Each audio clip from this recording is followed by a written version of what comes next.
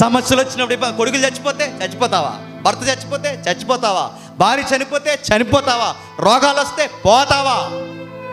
చచ్చిపోవడానికి పుట్టావా? చచ్చిపోవడానికి నేను పుట్టించానా? చచ్చిపోతానంటావేంటి?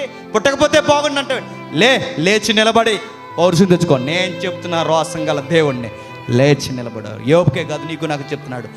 ఏ సమస్యలున్నా, ఏ ఇబ్బందులున్నా చావు పరిష్కారము కాదు.